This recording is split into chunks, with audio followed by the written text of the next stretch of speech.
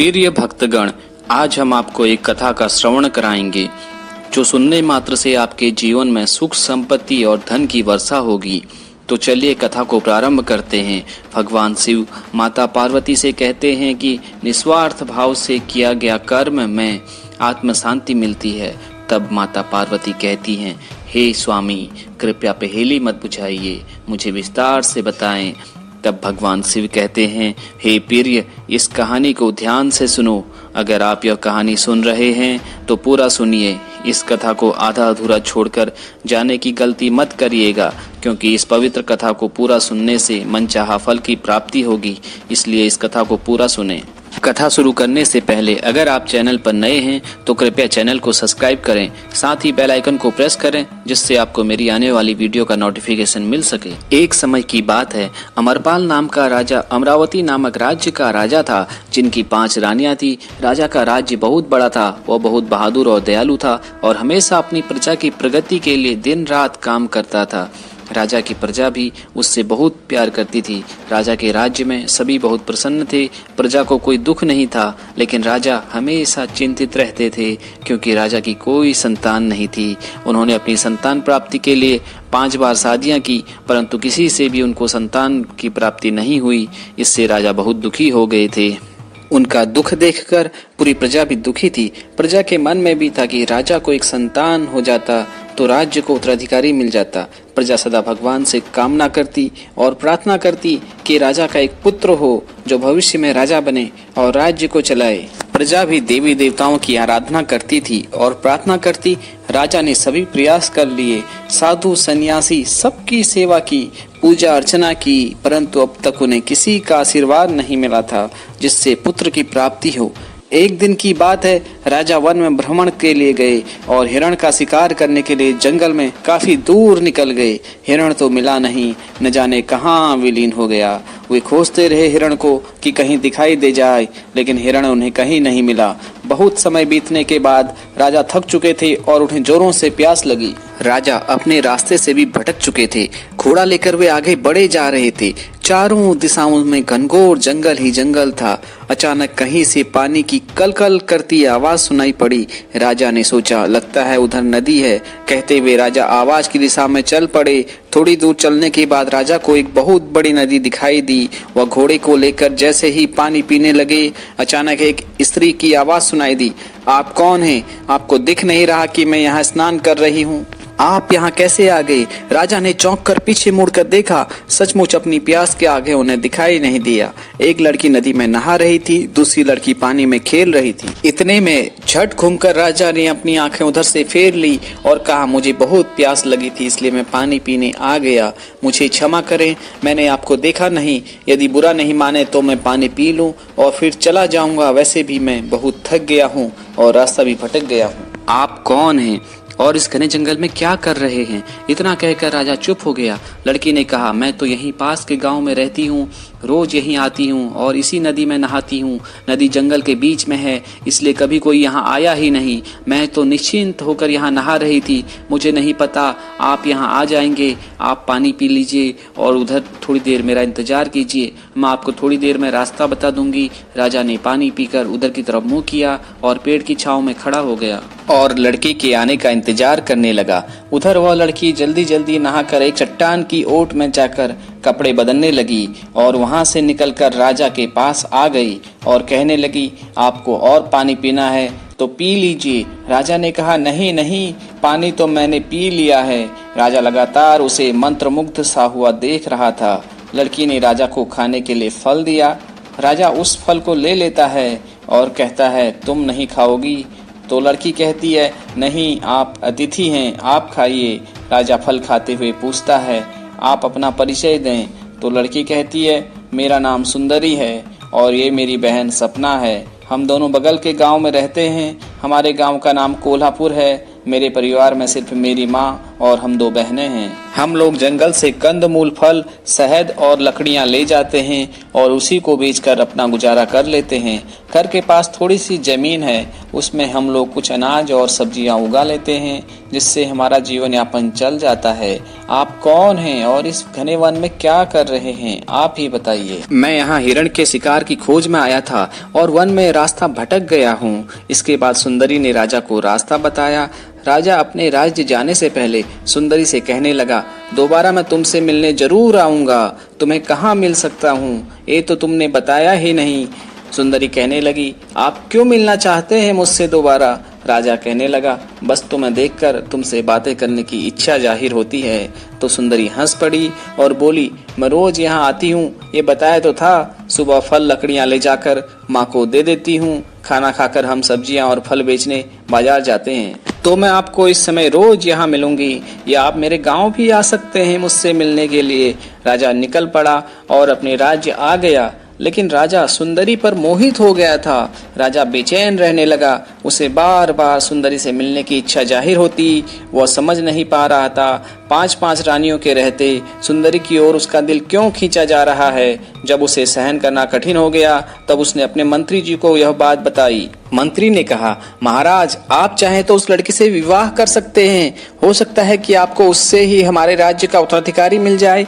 अब राजा बिल्कुल भी इंतजार नहीं करना चाहता था और अगले ही दिन राजा अपने मंत्री को साथ लेकर सुंदरी से मिलने के लिए यात्रा पर निकल पड़ा। नदी के पास पहुंचकर उसने सुंदरी को बुलाया, पर सुंदरी वहां नहीं थी। बार बार आवाज देने के बाद सुंदरी नहीं आई। राजा वहीं रुक गया और निराश हो गया। मंत्री को बुलाकर कहा, आज भी यहाँ सुंदरी नहीं है, कहाँ जा सकती है? पर उसने कहा था कि रोज यहाँ आती है, तो अब तक क्यों नहीं आई? मंत्री ने कहा, महाराज, हमें उसके गांव जाकर देखना चाहिए कि सुंदरी कहाँ है। राजा ने अपना सिर हिलाया और दोनों सुंदरी के गांव की ओर रुख करते हुए चल पड़े। गांव पहुंचकर उन्होंने सुंदरी को जगह जगह खोजा, पर वह नहीं मिली। राजा उदास हो गया और मंत्री भी निराश हो गया, पर उसने फिर से सुंदरी की खोज की। अंततः राजा ने देखा कि सुंदरी एक झोपड़ी में चुपचाप बैठी हुई थी। राजा ने आवाज लगाई, सुंदरी, तुम क्या कर रही हो? बाहर आओ, देखो मैं तुमसे मिलने के लिए कितनी दूर से आया हूँ। मैंने नदी के पास आज तुम्हारी बहुत ज्यादा प्रतीक्षा की, परंतु आज तुम नहीं आई। क्या आज तुम वन में लकड़ी और फल लेने नहीं गई थी? आवाज सुनकर सुंदरी बाहर आई। उसकी आंखें आंसुओं से भरी हुई थी। राजा ने पूछा, क्या हुआ, तुम क्यों रो रही हो? और सुंदरी भागकर झोपड़ी के अंदर चली गई। 2 अजनबियों को घोड़े पर सवार देखकर सारे ग्रामीण इकट्ठे हो गए और उनमें से एक ग्रामीण ने राजा से कहा, इसकी माँ बीमार है, उसे सांप ने डस लिया था, इसकी ठीक होने की सारी उम्मीदें खत्म हो गई हैं। सुंदरी और उसकी बहन का रो रो कर बुरा हाल हो गया। ग्रामीणों को लग रहा था सुंदरी की माँ का बचना नामुमकिन है। वह अपनी अंतिम सांसें ले रही थी, परंतु सुंदरी अपनी माँ को बचाने की हर संभव कोशिश कर रही थी। कई सारी जड़ी बूटियों का लेप घाव पर लगा चुकी थी और कई फूलों का रस पिला चुकी थी। उसके सारे प्रयास असफल हो रहे थे। इतने में राजा ने कहा, मुझे उसके पास ले चलो। सुंदरी की माँ हेमलता झोपड़ी में लेटी हुई थी। उसकी हालत बहुत ज्यादा खराब थी। शरीर उसका ठंडा और नीला हो गया था। राजा ने मंत्री से उसका उपचार करने के लिए कहा। ग्रामीण कहने लगे, अब उपचार करने से कोई फायदा नहीं होने वाला, अब वह नहीं बच सकती। राजा ने कहा, हमें अपना कर्म करना चाहिए, फल तो ईश्वर के हाथ में है। इतने में मंत्री ने तुरंत उसकी नब्ज टटोली और आंखों की जांच की। किसी को कोई उम्मीद नहीं दिखाई दे रही थी, लेकिन सुंदरी को अभी भी उम्मीद थी कि उसकी माँ ठीक हो जाएगी। इतने में मंत्री ने कहा, अगर द्रोण पुष्प का रस इनको पिलाया जाए तो ये ठीक हो सकती हैं। ग्रामीणों से द्रोण पुष्प का फूल लाने को कहा। उसने पूछा, क्या यहाँ ये फूल मिल सकता है? सभी लोग एक दूसरे को देखने लगे। एक बूढ़ा ग्रामीण बोला, घने जंगल में एक पर्वत है, वहाँ एक पुष्प पाया जाता है, लेकिन वहाँ जाने में और वहाँ से वापस आने में बहुत ज्यादा समय लग जाएगा। मंत्री बोला, इनकी सांसें बहुत धीमी चल रही हैं, अगर जल्दी ही इन्हें वो रस नहीं दिया गया तो इनका जीवित रहना असंभव है। सुंदरी ने राजा की तरफ आशा की नजरों से देखा। इतने में राजा ने कहा, मंत्री जी, आप एक ग्रामीण को साथ लेकर हमारे घोड़े लेकर जाओ और जल्दी ही द्रोण पुष्प लेकर आओ। अब मंत्री और एक ग्रामीण घोड़ा लेकर वन की ओर चले गए। भीषण वन में काफी दूर जाने के बाद उनको वह पर्वत मिला और पर्वत से पुष्प लाने के लिए मंत्री और ग्रामीण पर्वत पर चढ़ने लगे। कुछ ऊपर जाने के बाद उनको पुष्प मिल गया और वो पुष्प लेकर गांव की ओर चल दिए। इधर सुंदरी और उसकी बहन सपना अपनी माँ हेमलता के पैरों की मालिश करने में लगे थे। कुछ समय बीतने के बाद मंत्री झोपड़ी में पहुंच गया और द्रोण पुष्प को सुंदरी को दिया और उसको पीसकर रस निकालने के लिए कहा। सुंदरी झटपट से रस निकाल के ले आई और मंत्री ने रस की कुछ बूंदें हेमलता को पिलाई। रस की कुछ बूंदें पेट में जाने के बाद हेमलता की सांसें तेज हो गई और कुछ ही समय में वो ठीक हो गई। सुंदरी और उसकी बहन सपना अपनी माँ के गले लग गए। तीनों बहुत रोने लगे और सभी ग्रामीणों की आंखें भर आई। राजा भी खुद को रोक नहीं पाया और उसकी आंखें भी भर गई। इतने में ग्रामीणों ने राजा और मंत्री को अपने कंधों में उठा लिया और उनका आभार व्यक्त करने लगे। तभी एक ग्रामीण बोला, आप लोग कौन हैं और भगवान का रूप बनकर यहाँ कैसे आ गए? मंत्री ने राजा का परिचय दिया। अब तो पूरे गांव में खलबली मच गई। सभी ने मिलकर राजा का स्वागत किया। गांव के सरपंच मनोहर से राजा ने कहा, मैं सुंदरी से विवाह करना चाहता हूँ, क्या तुम लोगों को किसी को आपत्ति है? सरपंच ने कहा, नहीं, हमारी बेटी रानी बनेगी। हमारे लिए तो भाग्य खुल गया। यह गांव आपका ससुराल होगा, इससे अधिक हमें और क्या चाहिए? सुंदरी ये सुनकर शर्मा गई। गांव वालों ने जल्दी से सारी तैयारियां करके राजा और सुंदरी की शादी करवा दी। राजा ने सुंदरी को नया नाम दिया, अवंतिका। राजा और मंत्री ने राजमहल वापस जाने के लिए तैयारियां शुरू कर दी। गांव वालों और हेमलता ने रूंधे गले और नम आंखों से अवंतिका को विदा किया। अवंतिका राजा के साथ अपने नए घर राजमहल में चली गई। राजा ने अवंतिका का स्वागत किया और उनका समय अधिकांश अवंतिका के साथ ही बीतता। अवंतिका भोली भाली और मासूम दिल की। वह राजा की 5 अन्य रानियों के साथ मिलजुल कर प्रेम पूर्वक रहती और वो भी अवंतिका को बहुत प्यार करते। कुछ ही दिनों में अवंतिका ने राजा को शुभ समाचार दिया कि वह पिता बनने वाले हैं। रानी गर्भवती थी। राजा की खुशी का ठिकाना न रहा। अब तो राजा अवंतिका का और भी ध्यान रखने लगे, उसे किसी तरह की कोई तकलीफ न हो, और विशेषकर उन्होंने राजमहल में सभी दासियों को उनकी इच्छा पूरी करने के निर्देश दे दिए। कुलगुरु को भी रोज धार्मिक और प्रेरक कहानियां रानी को जाकर सुनाने का निर्देश दे दिया। पूरे राज्य में खुशी की लहर दौड़ गई। चारों तरफ बधाइयों की धूम मची थी। सभी खुश थे कि राज्य को वारिस मिलने वाला है। राजा की 5 अन्य रानियां भी बहुत खुश थी, परंतु उन्हें अपने संतान न होने का दुख था। वह अपने आपस में विचार करने लगी, काश उनकी भी संतान होती। फिर 5 रानियों ने निर्णय लिया कि वो अवंतिका के संतान को अपनी संतान मानकर प्यार करेगी। समय बीतता रहा। गर्भावस्था का समय लगभग पूरा होने को था। तभी अचानक सीमा पर दूसरे राज्य अवध ने आक्रमण कर दिया। उन्हें हराने में सेनापति विफल रहे। तब राजा को युद्ध के लिए जाना पड़ा। राजा ने अपनी 5 रानियों को छोटी रानी अवंतिका की उचित देखभाल करने का निर्देश दिया। विद्रोहियों और अवध को हराने के लिए सेना लेकर निकल पड़े। भीषण युद्ध हुआ। दोनों तरफ से कई सैनिक जख्मी हो गए और कई सारे मारे गए। इधर रानियों को राजा के युद्ध जीतने और स्वस्थ वापस आने की चिंता सता रही थी। वो राजा के जीवन और युद्ध जीतने के लिए लगातार पूजा कर रही थी। अवंतिका की पीड़ा बढ़ी जा रही थी और कुछ ही समय में उसने एक सुंदर पुत्र को जन्म दिया। 5 रानियों ने नन्हे राजकुमार और अवंतिका की खूब देखभाल की और रानियों ने ये समाचार तुरंत राजा के लिए भिजवाया। राजा युद्ध में घायल हो गए थे और चिंतित थे।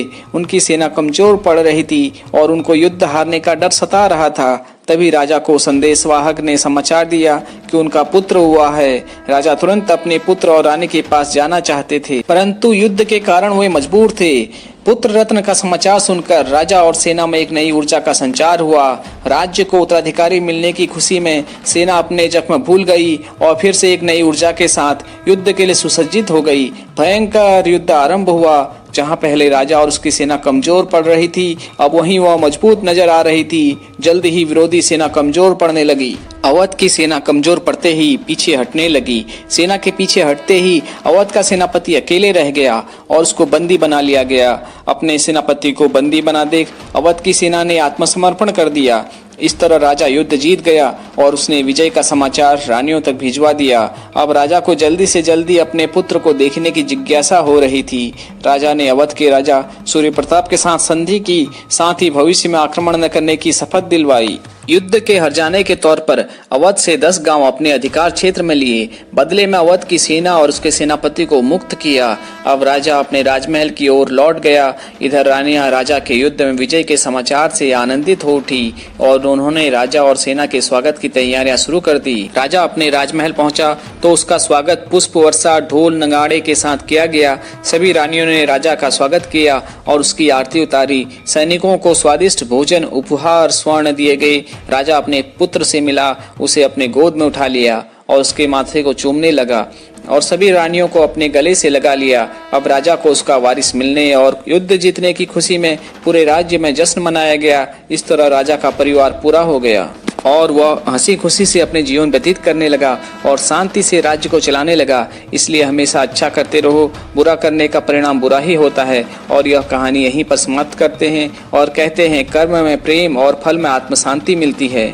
ऐसे ही प्रेरणादायक कहानियाँ सुनने के लिए हमारे इस चैनल को सब्सक्राइब करें, साथ ही बेल आइकन को प्रेस करें, जिससे आपको मेरी आने वाली वीडियो का नोटिफिकेशन मिल सके।